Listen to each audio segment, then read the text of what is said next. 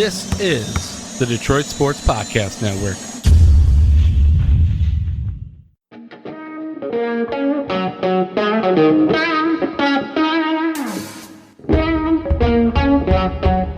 The biggest icon in podcasting.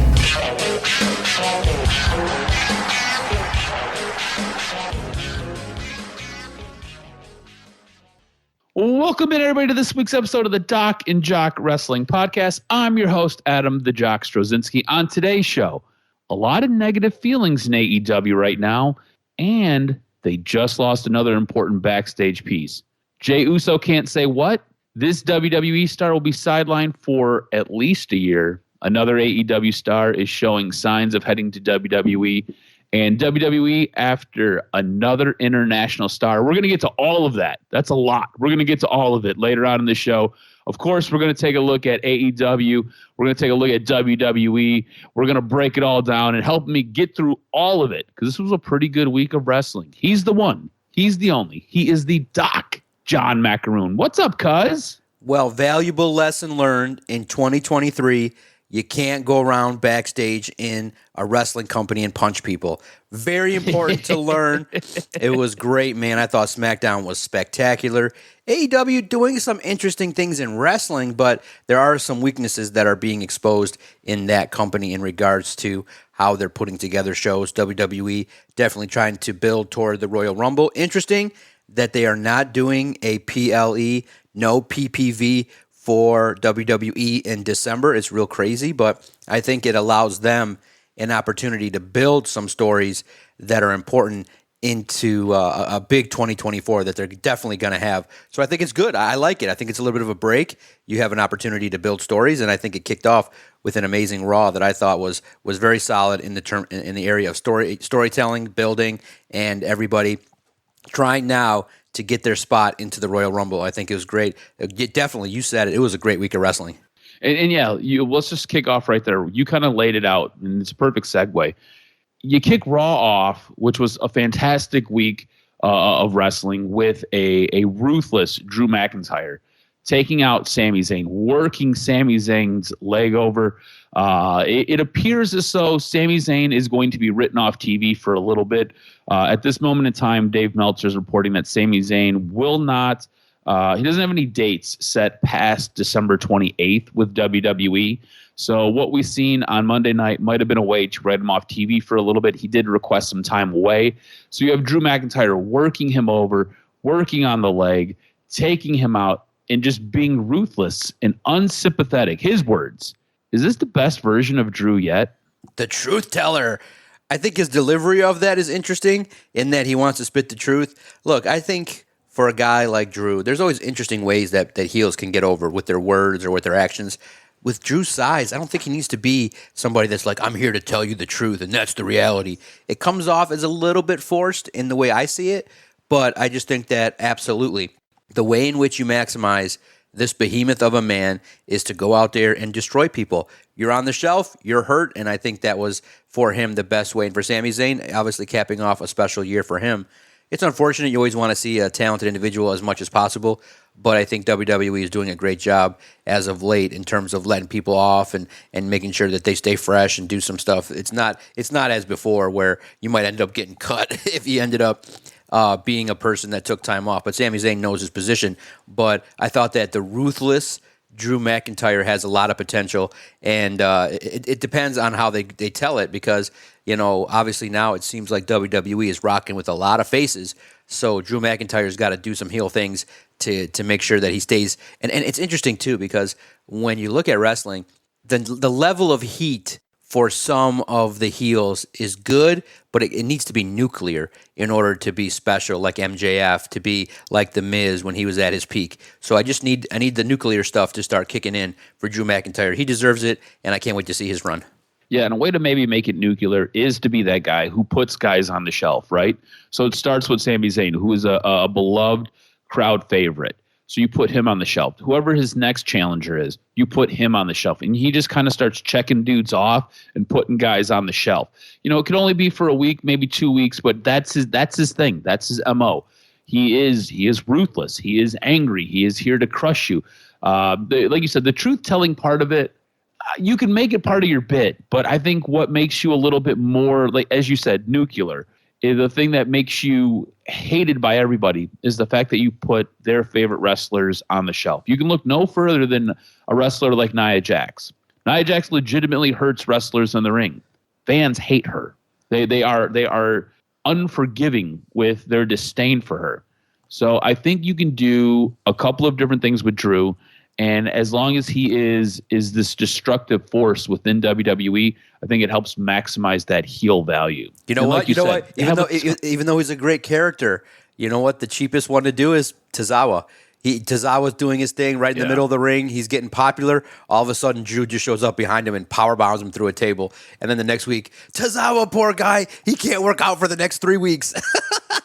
Poor That's guy. True. Yeah. You know what I mean? Start with the guy that's popular or R-Truth. You know, guys that are okay to be seen, but are okay if they're not seen either. Or would be funny too if he did it to R-Truth and then R-Truth backstage with the neck brace. Or Tozawa, I think would be hilarious. You have Tozawa with like the bruise and trying to move, but he's hurt with the neck brace. I think that'd be funny. You could also make it comedic in some kind of way, but Drew hurting people or interrupting bits that people like is also another way to get it going. But it's good. I think that if he's going to be happy and make another run, it'll be unique to see him do his thing.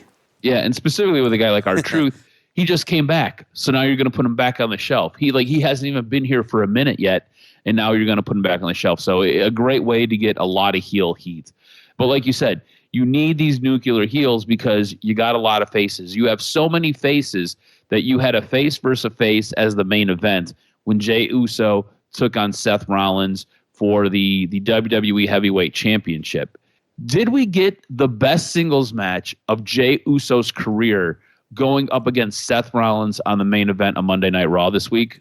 I thought it was great. You know, I always thought that Jay's work against Roman was always good too. But I just think that in the moment against Seth, you just felt like, okay, this is the culmination. It stinks because you know he's not going to win it, but you always want to see how he holds up. The crowd's into it. I think that the way they built him has been perfect, and they got him to that spot. The crowd loves dancing along with him. He's got a pop when he enters the ring. There's a reaction, and the crowd's behind him. And I think that being in the ring with Seth Rollins, which is always interesting, you always feel like these guys have wrestled a lot of times, but they really haven't. I thought he held his own, and it goes to show you that when there's a slow build in a story, the end result can be really rewarding when you move forward. And Jey Uso has a real opportunity moving forward to really make a name for himself. But I kind of think that for a guy like him, a TV title, an Intercontinental title would be the next step for him, is that he's got to kind of, maybe, unfortunately he's not on SmackDown, but I think the United States title, a title for him, I think makes his run even more meaningful. Like you can only do so much. You can only do so much, and he was a tag guy. But do they view him? I'm curious to see. Do they view him as a singles competitor that they could put a belt on? For sure. And here's the thing too, right? This was one of those matches where, if you really sat down and thought about it, Jey wasn't winning. There was no way. Like you knew a week ago, Jey wasn't going to win this. But there were points in this match where the crowd got behind Jey, and the crowd sat there and lived and died with Jey Uso. That's how you know it's a good match. That's how you know, as a wrestler, you are doing your job. This was probably his best match that we have seen. It shows you that his ceiling is not just at being a tag team wrestler. This guy does have singles matches in him, and he can put on great singles matches. Yes, Seth Rollins is fantastic in the ring, and Seth Rollins can work with just about anybody, but Jey Uso held his own in this match. That being said, you took away one of the best tag teams in all of WWE, and you really haven't done anything to replace it. On top of that, you have Ivar, who's out there wrestling singles matches because Eric is hurt. You've got a couple of tag teams that are separated right now, and it kind of makes it feel like it's a little bit lackluster as far as the tag team division goes without the Usos as a tag team. Would you agree that at this moment in time, it almost feels as though the tag team division needs the Usos in it to make it feel like it could stand up, because it doesn't really feel like we have anybody who's challenging for those undisputed tag team championships against the guys from the Judgment Day. Right, less than mid. And you look at the Creed brothers, I just am not a fan. I think that they're not over with the crowd. The crowd's like, what is this? You got two brutes going with it. I'm more into the girl that runs with them than those two guys. Exactly. She's interesting. Exactly. You look at it and you say, okay, you keep throwing together GD McDonough and Dominic Mysterio. Okay, fine. I could see definitely they're part of the tag team division, but you realize there's not anything that's worthwhile in regards to popularity. In regards to, I just think that Alpha Academy's been trying to do it for years, and I think they've stagnated. They're at a certain point. Can they go any higher? No.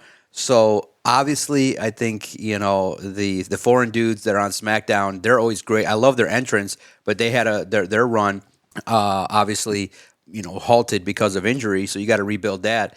Maybe a little bit more intrigue on SmackDown than on Raw, but absolutely the tag team division has always kind of been something that has not been important. But Kevin Owens and Sami Zayn made it important. The Usos made it important last year. Look, they main evented WrestleMania, but after that, it kind of steadily went the other direction, and I'm not certain what they can do to get it back. Yeah, it almost feels as though by separating them, I get it, what it meant for the storyline, especially for the Bloodline storyline, which is one of the main storylines that WWE has going right now. So what we're hearing is doing it. Yeah, so what we're hearing is the tag team division is pretty deadly. Yes, tag team division is pretty deadly. It just you basically took away a foundational piece of your tag team division to satisfy another ongoing storyline, which again is fine, but it really feels as though you needed to replace it with something else. You needed to give us something more to help kind of stabilize that division. It's not very stable right now. A guy who is not very stable, at least backstage sometimes, CM Punk. You kind of foreshadowed the CM Punk promo with our open here. What were your thoughts on CM Punk's SmackDown promo? I thought it was much better than his Raw promo. I thought this was a little bit funny, a little tongue-in-cheek, as he talked about not being able to punch wrestlers while you're in the backstage area, because we all know that's how he got tossed out of AEW, or what he got thrown out of AEW for. I thought this was good because he called out Roman, and when he called out Roman, if you really go back through the annals of history, part of the reason that Roman Reigns started getting as much heat as Roman Reigns got very early in his career was a very loose, flippant comment that CM Punk made during the infamous podcast he did was on The Art of Wrestling. He made this comment about how he wanted Chris Hero, Cassius Ohno to be the third member of the Shield, and he basically created the Shield, and how he wanted Cassius Ohno to be that third guy, but they were like, no, Roman's going to be the guy, and he was like, all right, whatever, I don't care. And then they were putting a match together where CM Punk was going against the three members of the Shield, and there was a comment that he had made, that Michael Hayes had made to him, that you have to make Roman look good. You have to make Roman look strong. You've got to win, but you got to make Roman look strong. And after that, Roman started winning a lot, and the crowd felt as though Roman Reigns was pushed down everybody's throat. And that was why fans turned on Roman, or was one of the reasons why fans turned on Roman.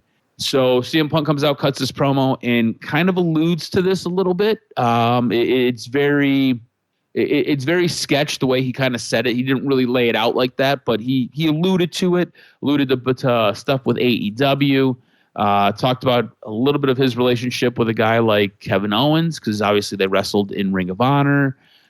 He just kind of ran through this list. Ends up with him being backstage, getting his SmackDown contract. He's got other contracts. He's going to show up on NXT. He's going to show up on Monday Night Raw this upcoming week. And he's got to make a decision on where he wants to go, because he's a free agent. He's doing the free agent tour. What did you think of his promo? I thought this was better than Raw. I thought it was interesting. I thought it was a little bit fun. I still think he's a scumbag. I mean, you will differ, I think, forever on our opinion of CM Punk, but thought this was better. Interesting that they kind of used him like AEW uses MJF. A lot of backstage stuff started popping up with Cody Rhodes, which I thought was a special scene.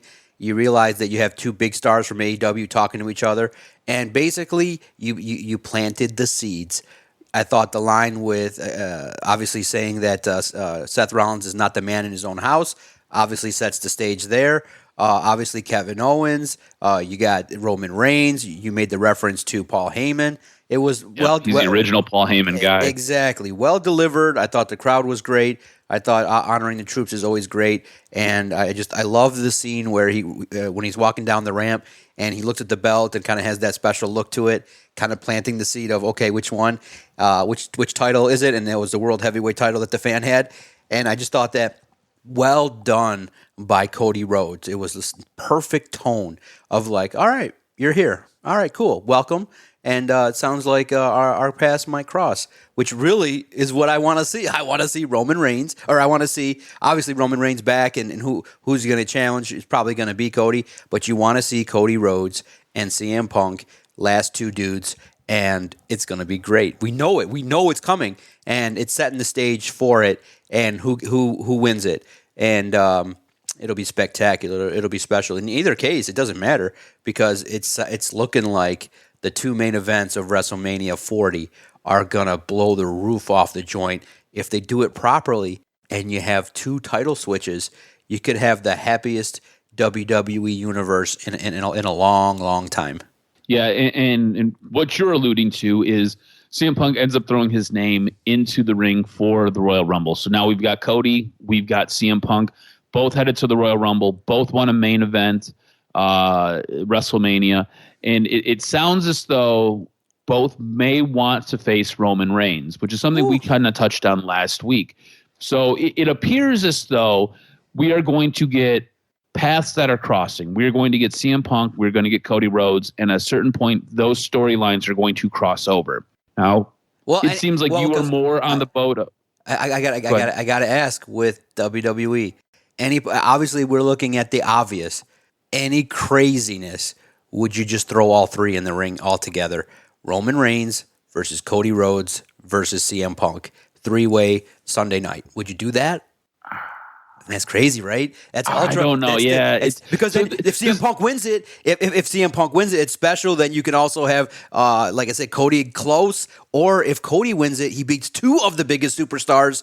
That makes it even more special. But I do think that we're going off of history here. I think the better angle would be to have two different matches. But I would not be shocked if they just had all three in the ring on Sunday. So I could see that. We and you have talked before about not necessarily liking those triple threat matches. You and I generally are not fans of it. And I think that's kind of where I err. I don't like having those types of matches.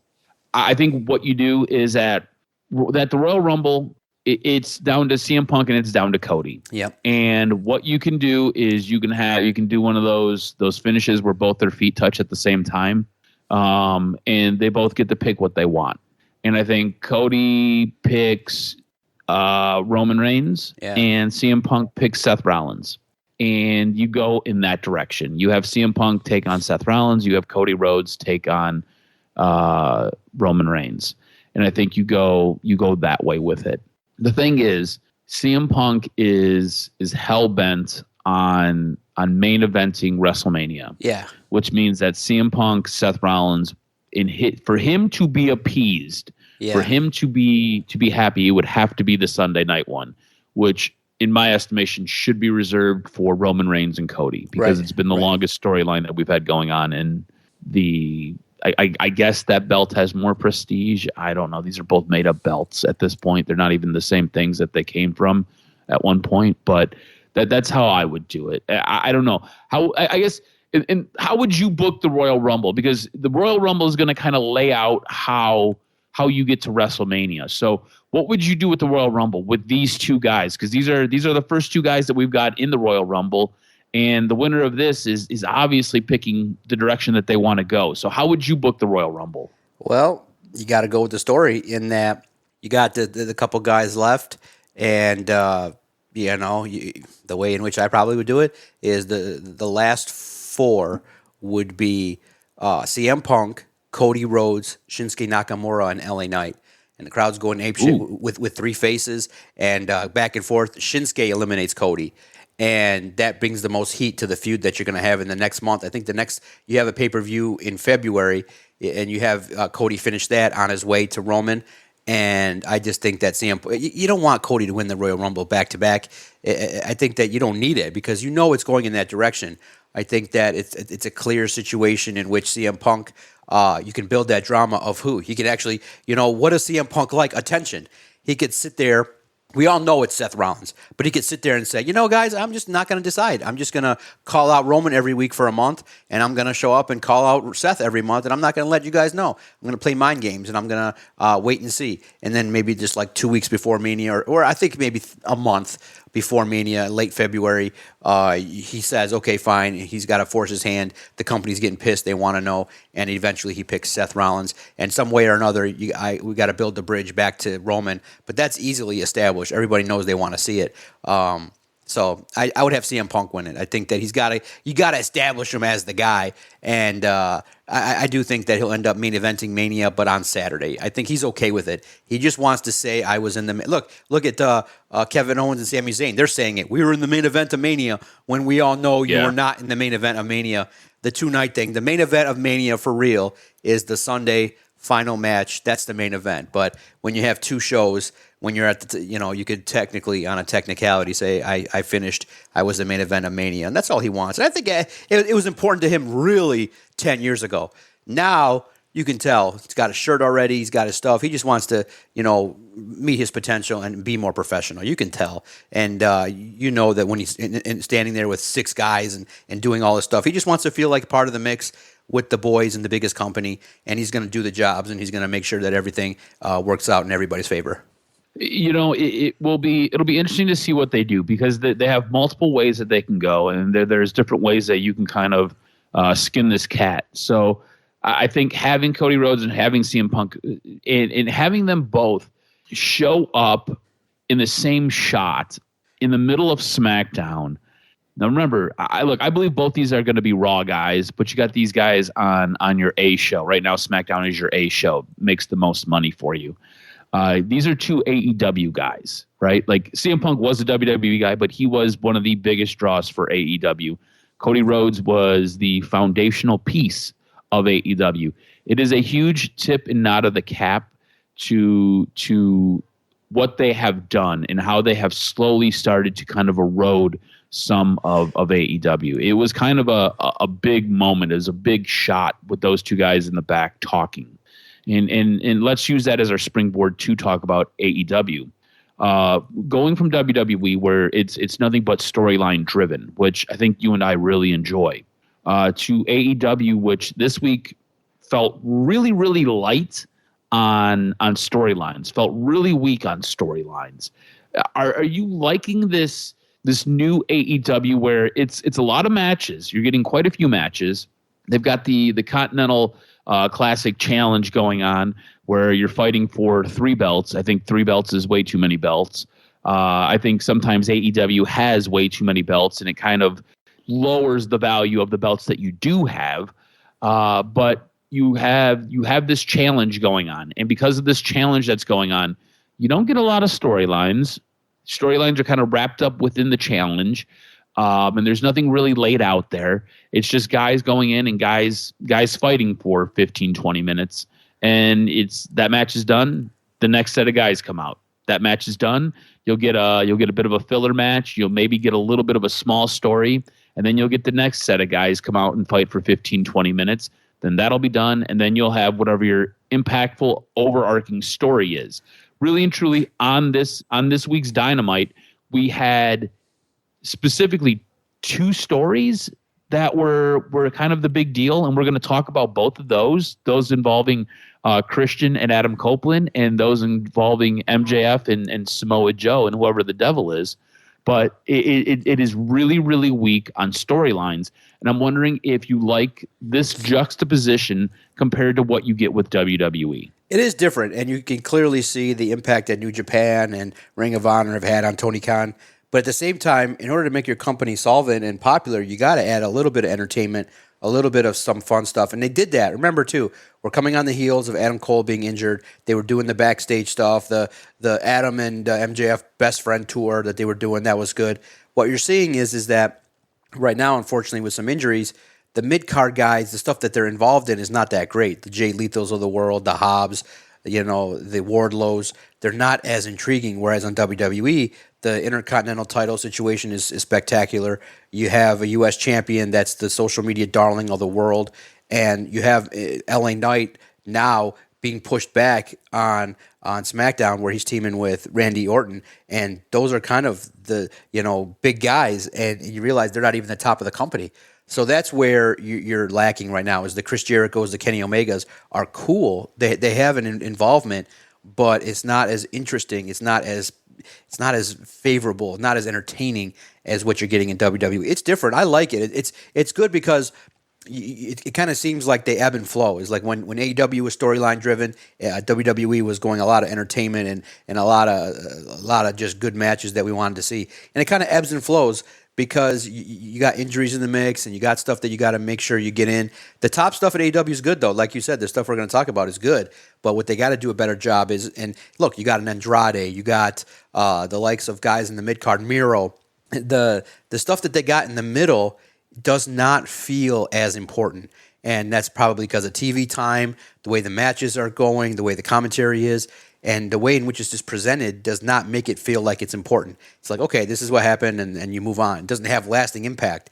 And I think what WWE does, maybe to a fault, is they constantly replay stuff over and over on social media, on their shows and stuff like that. And I think AEW needs to kind of do a little bit more resetting, explaining to people, hey, this is what's happening, kind of using the announcers as a way to build things and explain things and having these guys be more important. Like every now and then, you got to have a Miro kind of do something, like get some time. You got to have him be involved in something important. It just feels like it's like we got to put Miro here. He's got to do something. He's got to have a match, and we move on.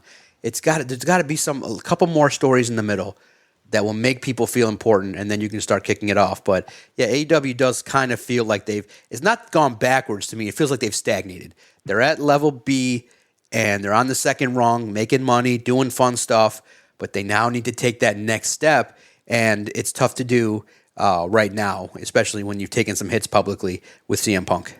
Does it feel so? There was a report, and I don't think this made it into the news in notes, but there was a report, and part of the report basically stated that Tony Khan essentially listens to only the top guys, and doesn't really think ahead, and kind of switches his mind up last minute. And it is really based upon the advice of a certain select few guys that he really listens to, and those guys don't always have what is best for business at heart. It is more what is best for them at that moment. Does that, with what you're seeing and kind of what it feels like right now, does that kind of sound like that is the case? Man, yeah, when you have some wrestlers and authority figures, yeah, definitely I could see some stuff like that being talked about. But I just think that, you remember it was in WCW when they started to fall, you had stars that weren't highlighted like Chris Jericho, like Eddie Guerrero, Saturn, and Chris Benoit. They always felt like they weren't important. Now you got MJF, and he's so big. He's given opportunities to others, but the likes of Samoa Joe, we've seen that before. You know what I mean? It's like you need MJF with somebody new. You need MJF with like a Miro. You need MJF with like or a continuation of what happened with Jay White. You need more of it. You know what I mean? You needed to feel like, okay, you threw Jay White to the wolves, but WWE would have Jay White kind of get a little bit of his revenge, or have an opportunity for a rematch, or have an opportunity. It just felt like they moved on a little bit too quick. And I just think that AEW is not telling their stories in a way that's having a lasting impact that will move forward, that people are going to say, oh, wow, and things like that across the middle. I just think that it's been like I would say from the time that they hit Wembley, that was a peak. And what we said was that had to be a seminal moment that would kick off the rest of the year. It kind of felt like Wembley and not much else since September that has been relevant, and that's where they're like you're Ric Flair, not relevant. I mean, he's a guy that's super important, super over, but once. That's it. You really blew it. You really could have just had, I mean, literally you could have set it up. Sting's final day, backstage, you pan, and there's Ric Flair. It would have been special. Now you got Ric Flair, and he's just saying the same things again about wanting to sleep with people, and it comes off as really cheap, and it doesn't. it doesn't hit the part that would be special as if you would have had it where you say, we got a special guest for Sting's final match, and you bring out Ric Flair before the match. That would have been special to have Rick just stand there in the final match. One appearance, that's all you need. So it just kind of decisions like that kind of make you say, yeah, this is it. Just Tony Khan is a fan, and he's still learning and he's still understanding the business, but he's just not hitting the right beats across the collective roster that you have in the decisions that he makes. And that's why you're kind of seeing him stagnate, and they should have built off of Wembley. Instead, it went the other way. I would agree with you 110%. Like, everything you said, impeccable. Like, that was awesome. It was great. Like, what you said is absolute truth. It is, you have an owner who has a fan's mindset. In business should come first. Business tends to come second. He likes to listen to the boys. He wants to be one of the boys. You're not one of the boys. You're the guy who cuts the check for the boys. You've got to be above all of it. And he finds himself in the muck with all of them. And it's just not ideal. It's not great. I think everything you said was spot on. I used the word impeccable a few moments ago. I think there is a wrestler in this company who has been doing impeccable work. I think what Christian has been doing, and this is some of his best heel work, and he is one of the best heel characters in AEW. Christian has been, from the time he was in WWE to the time that he ended up going to TNA, to other times where he's kind of floated around the indies, Christian has been fantastic at just about everything he does. But I think right now you are getting some of the best heel character work that you have ever seen Christian do. And I think he is one of the best heel characters that you have in AEW. Would you agree or disagree with his work being on levels that some guys only wish to obtain at some point in their career? Yeah, he got highlighted, and I think that he got his opportunity. Again, you need that, but from a guy 10 years younger. Like, you can't have 50-year-olds being the best part of your company. Look at that. Kenny Omega plus 40. Christian plus 40. Edge plus 40. You realize, okay, you're giving opportunities to guys that are names, but in the end, yeah, the biggest star is MJF, and he's in his mid-20s, but you got to kind of start pushing the other guys a little bit more. Jay White hopefully wins the Continental Classic. Him wearing, multiple titles and things like that, and being a guy that you can talk about, probably the odds-on favorite to win it. I'm not paying attention that closely to the standings. The points thing I hate. I don't like the it's stupid. Just win the matches, advance. Tournaments, I don't need round robin. I don't need points. I don't need any of that. I need win the match, advance. I like tournament like brackets. Win the match, advance. 15 people, 16 people. You go down to one and you call it a day. Kind of like they're doing like the G1 Classic, but in AEW style, where you got to add some weird gimmick that wrestling fans don't care about. So I look at it and I say, Christian, wow, that's nuclear heat. That's what we're talking about. And it was great to see the match. I thought they could have maybe did it on pay-per-view, but to do it in Montreal I think is great because that fan base gets it. It's Canadians. They love wrestling. They love everything. They would pop for it. It was a good match. And heels do what heels do. And it was unfortunate, though, the lady was, Nick Wayne's mom's a little bit awkward in the ring. You know what I mean? It's like, okay. Super awkward. Yeah, it's like, she totally ruined the whole spot. Yeah, can you put one left foot in front of the other lady?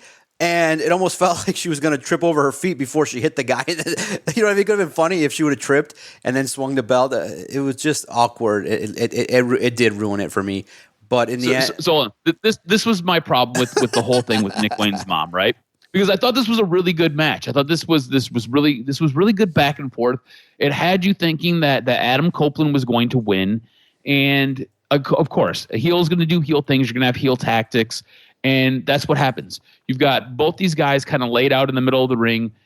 Christian is kind of coming to, and he's basically up on one elbow, and you see Nick Wayne's mom walking down the ramp to the ring, and as she's going to get in the ring, as she gets in the ring, she grabs the belt. And at no point did you believe that she was going to hit Christian. At no point did you believe, like, her job is to sell that she's going to hit Christian, and then at the last moment she needs to turn and hit Adam Copeland. At no point, she had trouble holding the belt. Yeah. She had trouble walking, like you said, one foot in front of the other. She had trouble selling who she was going to hit Like, it was horrible. Like, it took me out of the match. Like, it ruined the match for me because the moment I seen her come down, I knew what she was doing, right? Yeah. I said out loud, I said, she's going to hit Adam Copeland because he concertoed Nick Wayne's last week. So, of course, she's going to hit Adam Copeland. Her job was to make me believe that she was going to hit Christian. She had trouble selling the belt, much less walking. So how was she going to sell me that she was going to hit Christian? She was absolutely practice these things. Tony Khan, get your people in order. Get your people in order. Figure this out. And look, I blame Adam and Christian for this too, because you guys have done it at the highest level. You guys are veterans in this business. You guys should have taken her into the ring and walked her through this and helped her to sell this. Like, helped her. Like, this is what you got to do. You got to make your face look this way. Make your body language look this way. She looks stiff as a cardboard box, dude. Like, it was brutal. Great match. She fucked it up for me. No, it's good. Or what you do is one of the mid-card guys, one of the guys from the Dark Order, one of the guys from House of Black, you bring them down and you just have her deploy help to handle business. And you're like, what is she doing here? Why is Buddy Matthews here? Why is blah, blah, blah? Why is he here? And boom, he hits up. And they just walk out and she's like, thank you. And you don't have the lady who can't put 2 feet together swing a belt and make it look weird. You needed to use a wrestler in that sense, or maybe a female. Hey, what do you know? Advance the cause of a female heel. Is Saraya still alive? Is she doing anything important? Is Tony Storm doing anything important? You know what I mean? Have some involvement of people that you want. Like, what? She's like, thank you. Obviously Tony Storm's doing her own thing, but the metaphor is use somebody else that could use. You could use somebody like Sky Blue. Sky Blue has done a really good job of playing this gray character where you're not sure if she's a heel or if she's a face. Right. She looks like she needs a father figure in her life. And then in all Sky Blue. Then in all the recap videos, Sky Blue. What was Sky Blue doing? And then you can move forward with Sky Blue. You use an angle to set up another angle for another performer, and you could be like, I'm sick of what's going on, and I'm definitely going to be Sky Blue. I'm for hire, and whatever you want to do, you gotta connect pieces a little bit better. But I thought the match was good. It was great, but obviously it's nostalgia. It's not going to move the needle as much as many people would think. For sure. Let's transition to the other storyline that kind of dominated Dynamite this week. And again, it's one of the best storylines in AEW right now. It's the MJF and Samoa Joe. This starts with a backstage promo where Renee Paquette is waiting outside MJF's door. Hangman Page ends up running into her. They have a quick conversation. He cuts a promo on Swerve, only to have MJF come out, and they basically kind of recount a lot of their fights that they've had. And it ends with MJF essentially challenging Hangman Page and saying that he's the devil, only for Samoa Joe to step in and be like, what are you doing? We've got other things that we've got to worry about. Basically, Samoa Joe being the bodyguard and MJF being the star who's picking fights. And Samoa Joe's like, dude, I do not want to fight this guy right now. We've got other things that we've got to worry about. And other things that they had to worry about occurred later on in the evening, where you essentially had the Putty Patrol. That's what these guys look like. If you're a fan of 1990s afternoon television, you watch Power Rangers and you know what the Putty Patrol is. So you've got the Putty Patrol surrounding the ring with Samoa Joe in it, only for the devil to appear and then for them to cut to a scene in the back where MJF was basically taken out with a beer bottle, leading to some mind games that maybe it was Hangman Page, because Hangman Page likes to drink the beer. I do not believe it's Hangman Page. I don't think you believe it's Hangman Page. Early on, we were throwing ideas out. We thought, maybe it could be a CM Punk, but obviously he's back in WWE, so he's off the list. We go down the list, and Jungle Boy is there. And I want to know, how let down will you be if the devil is actually Jungle Boy? Because what they have said is that whomever is playing the devil character, that is the person. Like, they're not going to do this switcheroo where they've got somebody doing it and then last second they're going to switch them out and it's going to be this debuting person. Whomever it is playing that character. Initially, I think we both, if we had to bet good money, we were betting that it was going to be Jungle Boy. And now this is kind of taken on a life of its own. And like I said, it is one of the best storylines that AEW has right now, because they're not putting as much attention into storylines, which if it's Jungle Boy, it kind of feels like it's a wet fart in church. And I don't know if it'll go over well if Jungle Boy is the one who is unmasked to be the devil. How let down would you be if that's the case, if it is Jungle Boy? I think it'd be good for his career. I think that it's definitely, obviously, jealousy, obviously having been in a match with MJF and losing. I think it's fine. It's not big enough. That's the thing, is that this has got to be a mega star, like a mega situation. Could you do it with Will Ospreay? Could you do it where you wait and wait and wait, and it's Will? I don't think it's the body type, but I think that it would be something that would be spectacular as a way to enter. But I think you want it to be somebody that you could truly hate. And I think Jack Perry's fine. You could definitely hate him, and he could definitely play off the fact that I'm cleaning house and I'm going to handle business here in AEW, and we don't need egomaniacs running wild and acting like they're relevant when they're not. You can take shots at CM Punk. You could definitely do what you got to do in order to use it as a way to take shots at WWE. And I would not be disappointed. In my mind, I just think that I'm waiting to. It's a year. Look, man, titles are relevant. We love the importance of it. We love Roman Reigns having it for 3 years, 4 years, 1,000 days, da da da. But in this day and age of wrestling, 6 months is what used to be 2 years. Like MJF dropped the belt, dude. I would have loved him to drop it to Jay White. You move on, and you can have another feud. I mean, literally, the Devil could have debuted against. Like, speed this up a little bit. He could have debuted against Jay White. He costs MJF the title. You move on. You have this feud for the next few months. Jay White can go on and have more fresh feuds.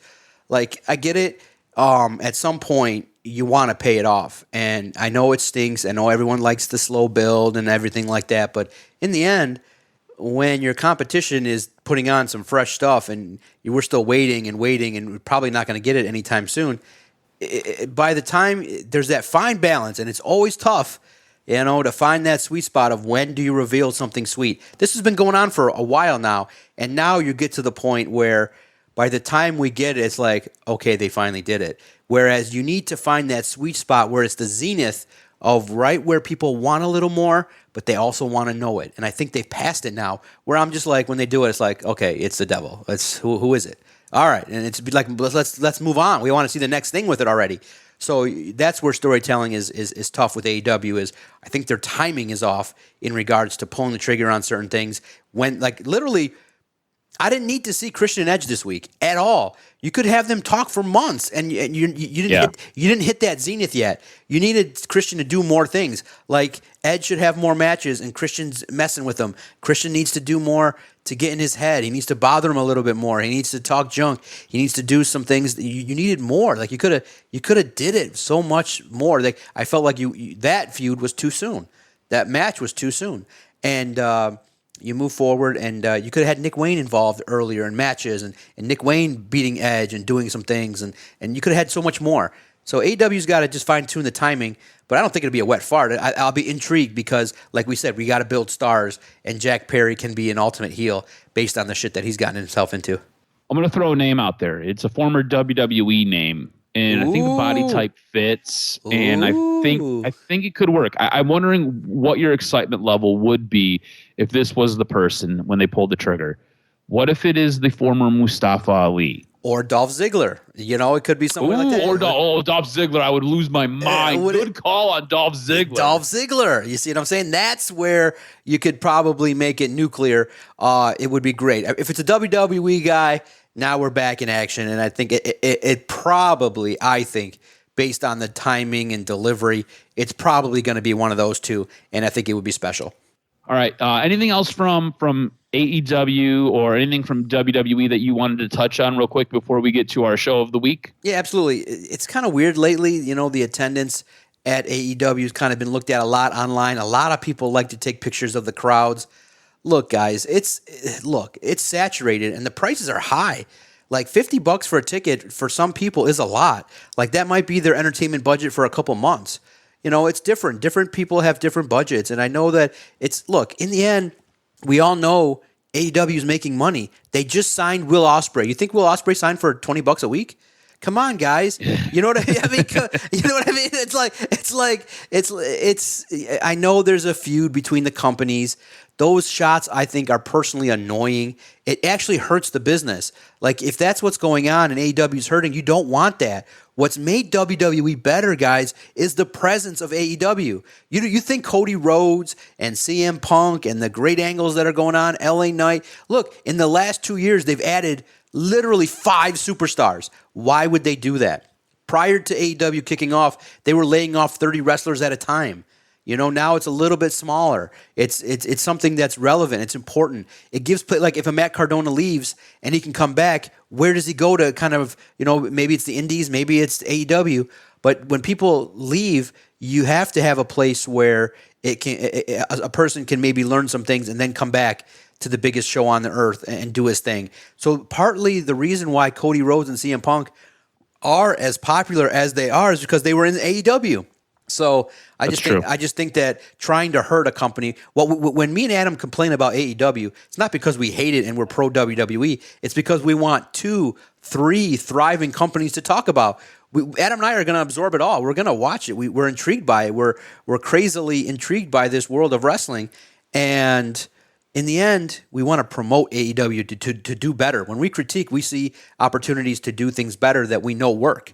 So I think that the dumbass people that love to talk about crowd sizes, it doesn't impress people. It's annoying. And I think that people need to be more promoting of the companies. And definitely in our critiques, I think we've been fair in the tone of we want AEW to be around and successful. Could you imagine if, you know, in a couple years, MJF is hinted at going to WWE, or in a couple years, LA Knight shows up at AEW, or AJ Styles shows up at AEW. It's important. It's relevant. And I think that's what makes wrestling fun is people love it when, oh my God, the other guy showed up at the other company. There's some unique nature of it when a guy is one place shows up at another place. That's how you get debuts. So I just think that people posting pictures of, like, literally you're at the show paying it. Why are you going to basically kind of diss yourself? Like, you went to a show that nobody cared about? Like, that makes you a loser. So move on from that kind of thing and enjoy the shows. Post clips of the matches. Focus on the ring. Take your fat ass fingers and zoom into the ring. Show me a cool spot, and let's keep it moving. Yeah, and look, I think at any point during the run of this podcast, you could have turned it on, and you would have said we were bashing WWE. You could have turned it on, said we were bashing AEW. Could have turned it on, said we were bashing Ring of Honor. Could have turned it on, said we were bashing TNA. We are critiquing the product that we see, and we're critiquing the product that we are given, and that is what we do. Essentially, we take stuff, we find stuff that we like, we find stuff that we don't like, and then we report on it, and we give our opinions on it, and that is what we do. We want all of wrestling to thrive and to survive. And like John said, what is making WWE better right now? The fact that there is competition out there, the fact that AEW at certain points has lapped WWE. It has forced WWE to get on its horse and then try to lap AEW. Yes. And now AEW is in that point where they are trying to play catch up with WWE. It makes everything better. It makes it a much better world if you are a wrestling fan. So we are not here to disparage any one company. We just want the best. And people who show the crowd sizes, look, you and I did AEW. We went to the very first, we went to the Blood and Guts that was at Little Caesars Arena. We went to that Dynamite, and you were able to stay for the Rampage. I had to leave. If you are looking at a Rampage crowd, that's a hard sell, man. You've given us over 2 hours of wrestling. It is now 11 o'clock at night. Right. And you want us to stay to watch more wrestling. It is a really, really hard sell to do that, especially when people got jobs and things going on the next day. So it becomes quite difficult. So if you're looking at a Rampage crowd, compare that to what the Dynamite crowd was just hours earlier. The Dynamite crowd was probably much more full. The Rampage crowd, it's hard to sell that because people have stuff going on the following day. And then, let's be honest, I never really thought Collision was going to work. Feel like it's on a bad time slot. Right. You know, that is a hard sell. Let me get you out of your house on a Saturday to go sit in an arena to watch a wrestling match. That's right. a hard sell. Right. You know, and like That's reserved for special events like a pay-per-view. And AEW has switched things up in there at the behest of Turner Broadcasting and Warner Brothers and all that stuff. So it is what it is. You just kind of deal within the confines that you have. But all that being said, I want to give my point to, I don't know. Do I go Raw or do I go SmackDown? Raw or SmackDown? Raw or SmackDown? I'm going to go Raw. I'm going to give my point to Raw this week for Show of the Week. Who do you want to give your point to for Show of the Week? It would have been SmackDown, but when you have a botch, when two of your bigger stars have a match where they're supposed to deliver, and Asuka and Charlotte lose their balance and have a real rough moment, potentially losing Charlotte for a knee injury, I thought that took SmackDown down a notch. Yeah, Raw had a great show, highlighted by a wrestling match that people wanted to see in Seth Rollins and Jey Uso. So Raw barely beats out SmackDown, but it was because of the fact that there was a botch on SmackDown. All right, so Raw will get the point. Now, we've got a lot of news and notes, a lot of stuff from Meltzer. So as I read quotes, please bear with me because Dave speaks funny. He is much better at writing than he is speaking. So just bear with me a little bit. The guy is in the know, and he is super plugged in, and he gives a lot of good information. So you ready for some news and notes? Hit me with this week's professional wrestling news and notes. What made your list? All right, a lot of negative feelings in AEW right now, with attendance and ratings numbers dropping, heads of creative walking out, and a recent backstage firing that we'll get to. The negative feelings continue to be an issue at the second largest wrestling company in the United States. Earlier this past week, Dave Meltzer discussed on Wrestling Observer Radio, saying they're grossing a lot of money. It's interesting because today I've gotten so much feedback from people in and around AEW, and it's a lot of negativity right now. And I think some of that stems from the show Saturday night. This was on December 2nd. Obviously, it was a very poor crowd. It's interesting because there's a lot of negativity, while at the same time, the company's grossing more money by far than it ever has the last couple of months. It has been very, very successful in that sense. As far as turning profit, that's a very different story. And as far as the value of the company, there's economic aspects of the company that look really good, but there's still this feeling of negativity. Understanding in wrestling is always who's number one, and they're far from number one right now. There's a lot more competitive in things like television ratings and attendance and things like that 18 months ago than they are now. So it's kind of just really interesting things where you've got a negative perception, which usually comes when the economics are bad. But the economics are not bad right now, but they're still worrisome right now in the sense that when you look at the future and you look at the upcoming shows, you don't see the shows that look like you're going to be drawing the big crowds in too many places. Economically, they're doing much better than they were at this time when they were competitive with WWE in ratings and attendance. But the perception is that they're not, because their live show attendance feed a lot of perception, and the ratings do, because they're two numbers that people look at. Also, there's a related story going around where talent is being fined for their social media. The report states that Bryan Danielson and his discipline, we're going to call it his disciplinary committee, is fining wrestlers if their conduct reflects negatively on AEW, isn't an approved storyline, or is disparaging to the product. So that is creating a feeling of negativity in the back as well. Now, adding to the negativity is the firing of someone backstage who was important and well-liked. AEW loses another important, and most importantly, a well-liked and experienced mind backstage. In a recent report from the Wrestling Observer News, a shakeup backstage at AEW in the production department is notable. According to the report from Dave Meltzer, Vice President of Post-Production Kevin Sullivan was let go from AEW on Monday in what was described as major news behind the scene. Per the report, it was Senior Vice President and Co-Executive Producer Mike Manzeri who made the call. Sullivan was said to have been highly thought of backstage and had been with All Elite Wrestling since the early days of the company, having come to AEW from Impact. Sullivan was integral in building the entire AEW post-production team. The report notes that there are a lot of questions going on regarding the details. Meltzer would go into further detail on how this blindsided people, including from a managerial perspective, adding The story going around was that Mansory told Sullivan that morning that they were moving in another direction in 2024. Sullivan had no idea it was coming. It was given no real explanation as to why, just that it was a Mansory decision. People in the division didn't even know that Mansory was Sullivan's boss, noting that among those who worked in production, that was never made clear. The story in production is that nobody else was expected to be cut, but it was a team created by Sullivan, so they are his guys. The report comes amid continuous discourse regarding the shifting feelings in AEW from the beginning of the company in 2019, something that QT Marshall cited in a reason for his resignation last week. Also, Mansory came over from WWE. This was essentially a WWE guy following an original AEW guy. So it burns a little bit more for some of those AEW guys.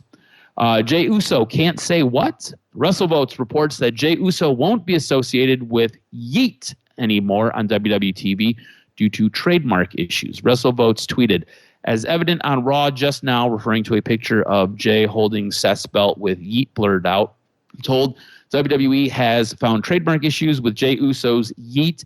The word and merchandising will no longer be associated with Uso going forward, which is sad. This WWE star will be on the sideline for almost a year. It was announced that a WWE star is set to miss 8 to 12 months of action just days ahead of a scheduled shot at a pay-per-view. At NXT Deadline this Saturday, December 9th, Wesley was set to attempt to reclaim his NXT North American Championship against Dominic Mysterio. In a shocking announcement, Lee entered the ring on this week's NXT with the assistance of a walking cane and informed the world that he would instead be set for surgery after suffering an injury. While it's not specified by Lee at the time, PW Insider has since reported that their belief is that Lee's injury is to his back and is 100% legitimate.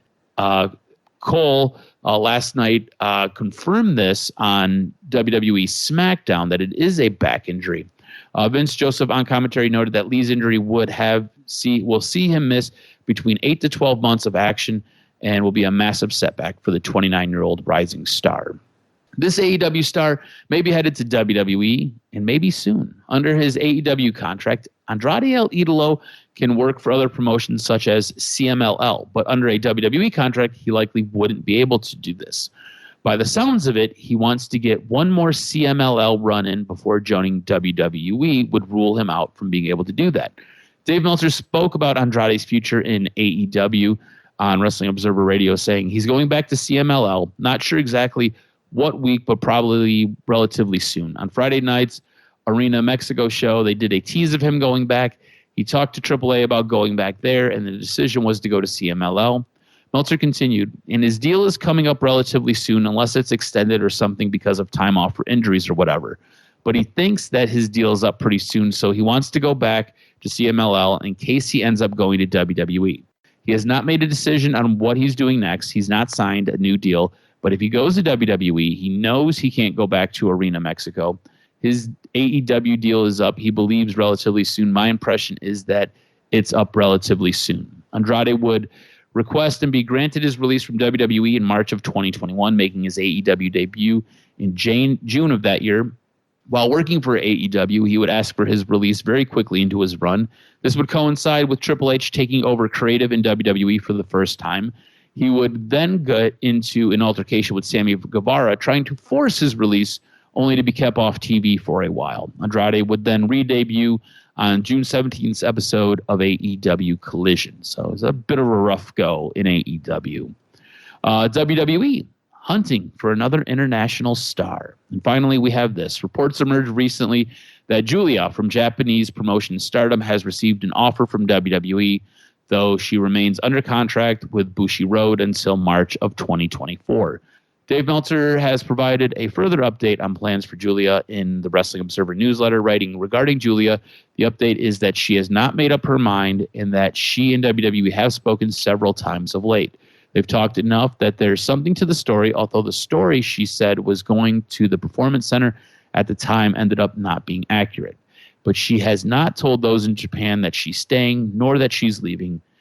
She debuted in New Japan Pro Wrestling in 2020. Julia is the current New Japan Pro Wrestling Strong Women's Champ. if you watch any of her matches, they are fantastic, and she would be great underneath the creative of Triple H. He could really do something fantastic with her. She's fantastic in Stardom. Anywhere she goes, even if she went to AEW, she'd be great as long as they pushed her right. And that's going to do it for this week's wrestling news and notes. Make sure you follow Adam on Twitter at AdamRSTROZ.